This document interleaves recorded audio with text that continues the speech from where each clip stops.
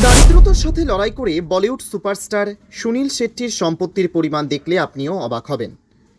সুনীল শেট্টি বলিউডের একজন সুপরিচিত সুপারস্টার। সুনীল শেট্টি বলিউডে একের পর এক সুপারহিট ছবি করেছেন।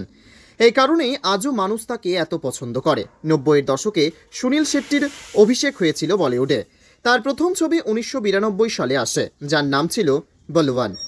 এই ছবিতে সুনীল শেট্টির সঙ্গে নায়িকার ভূমিকায় দেখা গিয়েছিল দিব্যা ভারতীকে।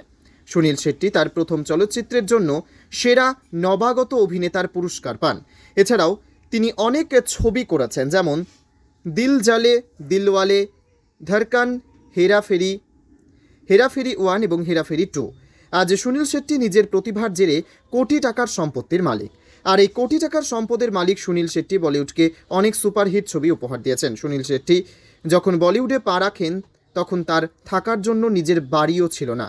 আজ সুনীল শেট্টির একটি বাড়ি আছে, আর তার দাম কোটি টাকা। নেট রিপোর্ট অনুযায়ী সুনীল শেট্টির মোট সম্পদ 130 কোটির বেশি। এছাড়াও এই অভিনেতার প্রচুর রিয়েল এস্টেট জমি রয়েছে, যার মূল্যও কোটি টাকা। বলা হয় সুনীল শেট্টি জীবনে যতটা দারিদ্রতা দেখা গিয়েছিল বলিউডে এরকম কমই কেউ দেখেছেন। তারপরেও সুনীল শেট্টি হাল ছেড়ে দেননি, কঠোর পরিশ্রম করে গেছেন। বর্তমানে সুনীল শেট্টির নিজস্ব প্রোডাকশন হাউস রয়েছে। তার এই প্রোডাকশন হাউসের নাম popcorn entertainment production house. Sunil Shetty Audi থেকে BMW পর্যন্ত বিলাসবহুল গাড়ির মালিক।